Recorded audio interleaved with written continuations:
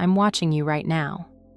From the corner of the rug while you scroll through your phone with that blank look on your face.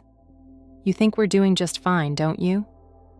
You fill my bowl, you give me those quick scratches before you leave for work, you let me sleep at the foot of your bed. To you, that's a perfect little arrangement. But here's what you don't know.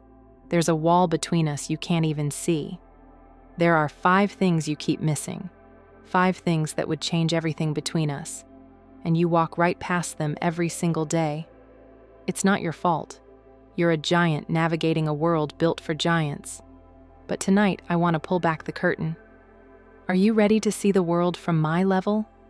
Most cat owners genuinely believe they know their pet, but there's often a deep gap between providing care and providing true emotional connection, while we see a happy, fed, comfortable animal. The cat is frequently experiencing a series of missed signals and quiet frustrations. To bridge that gap, we have to understand the biological and psychological triggers that turn a house pet into a soul-bonded companion. Let's start with your hands.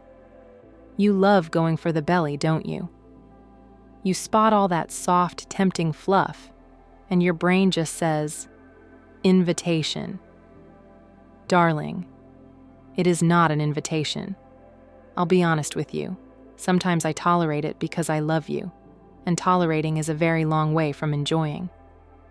When you go for the back or the belly, there's a flicker of tension in me that you probably don't even notice.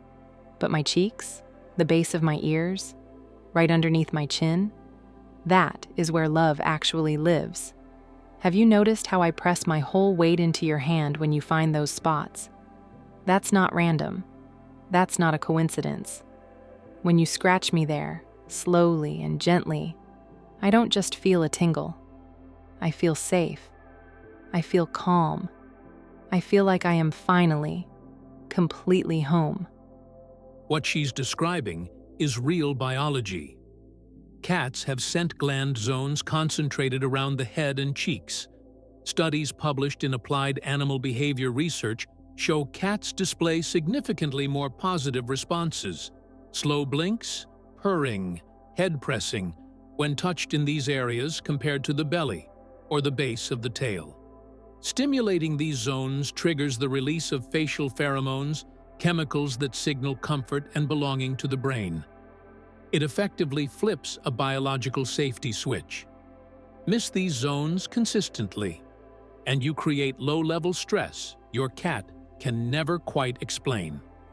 Hit them right, and your cat melts into you like they've been waiting for it all day. Now let's talk about the way you play with me. I see that feather wand in your hand, and I watch you swing it around in the air like you're conducting a very enthusiastic orchestra. Circles above my head, loops, dramatic swoops, and after about 30 seconds I just walk away. You think I'm bored. I'm not bored. I am frustrated, because I am not a chaser. I am an ambush predator. My ancestors didn't sprint across open fields chasing birds for sport.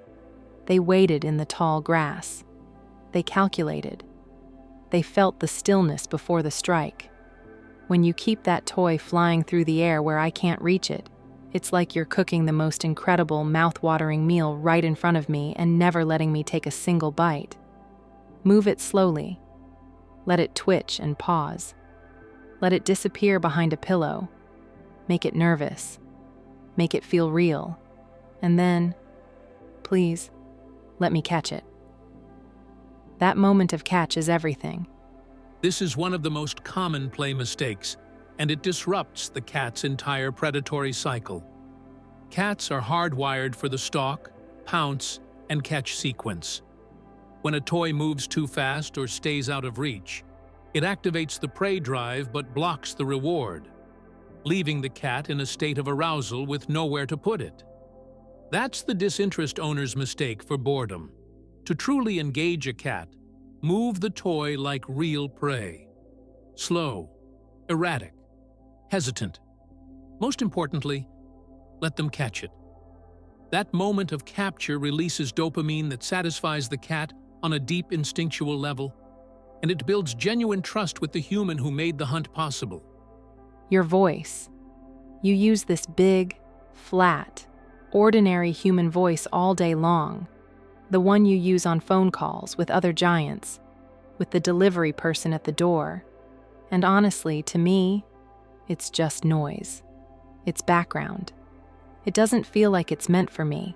But sometimes, you shift.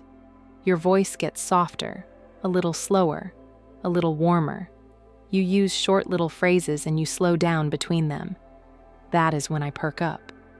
That is the sound of someone I trust. That is the voice that says, I see you specifically. I'm talking to you. Don't go full loud baby talk. That's just overwhelming and undignified for both of us. What I want is the quiet version, the intimate version, the one that feels like a secret between just the two of us. Research from Paris-Nanterre University confirmed that cats can distinguish their owner's voice from a stranger's, but specifically when the owner uses what researchers call cat-directed speech. Short, soft, slightly higher-pitched phrases. When owners used their standard adult-speaking voice, cats barely reacted. When they used the gentle, warm register, cats became visibly alert and affectionate. Used consistently, your voice becomes a physiological cue, a sound the cat's nervous system learns to associate with safety, calm, and connection. Now here's one that will cost you nothing and take about 2 minutes. Hold a few pieces of my food, or a treat, in your open palm, not in a bowl, not slid across the floor. Your hand, open, patient, waiting. I know it sounds almost too simple, but to me, it reaches back to something ancient. In the wild, a mother cat brings prey to her kittens. When you offer food directly from your hand, you are telling me something that goes deeper than any word you could say. You are my provider. I am safe here. We belong to the same family. The first time, I might hesitate. That's okay. Don't push. Just wait. Keep offering, once a week, with no pressure attached.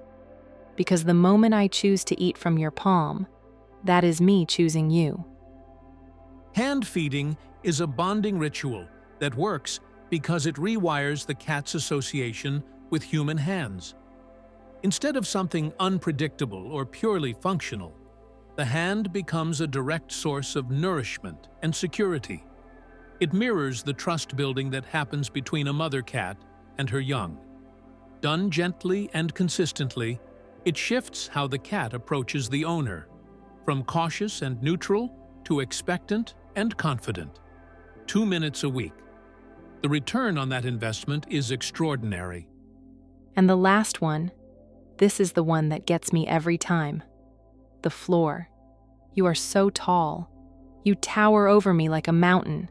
And even when you love me, you are always up there, leaning down from above, existing in a world I have to look up to reach. But the moment you sit down on the floor, everything shifts. You make yourself small. You step into my world instead of asking me to spend my whole life looking up into yours. You don't have to call me. You don't have to reach for me. You don't even have to look at me. Just sit there and exist. Because when you're at my level, I don't feel like a pet. I feel like an equal. I feel like I can come to you on my own terms, in my own time, with no pressure and no performance. And when I do walk over and press myself against you, that is the purest, most honest thing I know how to give you. Lowering your physical presence removes the inherent power imbalance between a large human and a small animal. It creates a neutral space where the cat feels safe enough to initiate contact on its own terms. No agenda, no reaching, no expectations, just presence.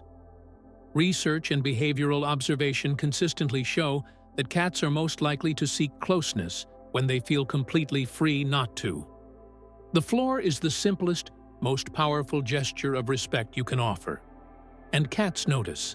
So there it is, the cheeks, not the belly, the slow toy, and the catch, the soft voice, just for me.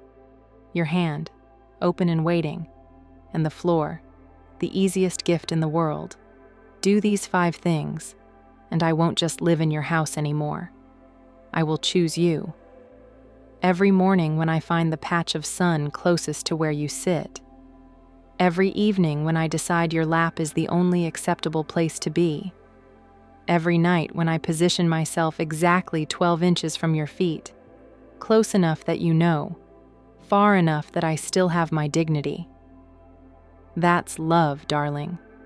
Inconvenient, particular, completely devoted love. Don't miss our next video. I have a lot more to say about you. I always do.